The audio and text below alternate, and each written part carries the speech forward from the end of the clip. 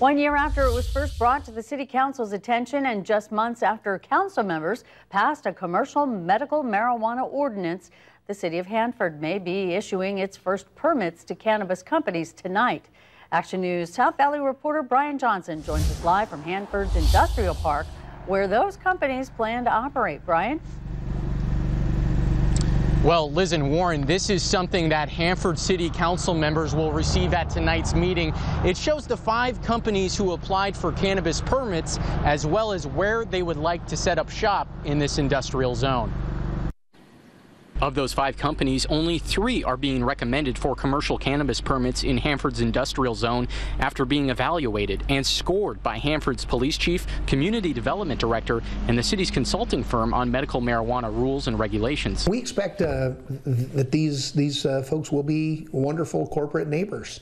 They've given us every indication that they're in it for the long haul. The companies include Premium Extracts, which plans to manufacture marijuana here, Caliva, which would cultivate, manufacture, and distribute on a nearby site that borders the railroad, and Genizin, which plans to do all of those things in a campus-style setting at the Calcott facility at the corner of 10th and Idaho. So I think it was just a lot of teamwork, a lot of stakeholder meetings, outreach to the community, and just a really good, solid project. If awarded this round of permits, Jenizin's Director of Public Affairs, Randy Knott, says it will allow the company to start setting up what she calls the cornerstone of the campus early next year.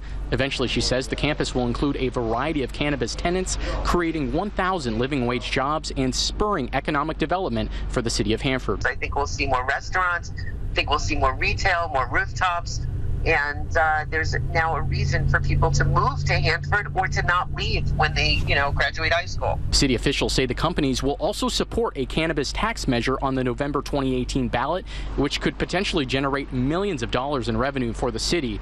In the meantime, council members could allow additional companies to apply for permits. I'm sure the industry will continue to grow, and we'll see if council's open to additional rounds of permit activity in the near future. And tonight's council meeting starts at 7 o'clock. By the way, the 2 companies that did not score high enough to be considered for these permits include one company out of Clovis, another from Indiana. Live in Hanford, Brian Johnson, ABC 30, Action News. Brian, thank you. The state treasurer is recommending California use armored vehicles to transport hundreds of millions of dollars in cash tax payments. The money is supposed to come next year with the state's legal marijuana market. While it's expected to grow to $7 billion annually, the drug is still illegal under federal law, and most banks won't do business with pot growers, manufacturers, or retailers. That means California marijuana companies typically operate only in cash, including tax payments that will be 15% of sales to the state of California. During a task force to work on a solution for gathering the money, State Treasurer John Chung suggested the use of armored cars and trucks due to fears that operators carrying large bags of cash could be targets for theft.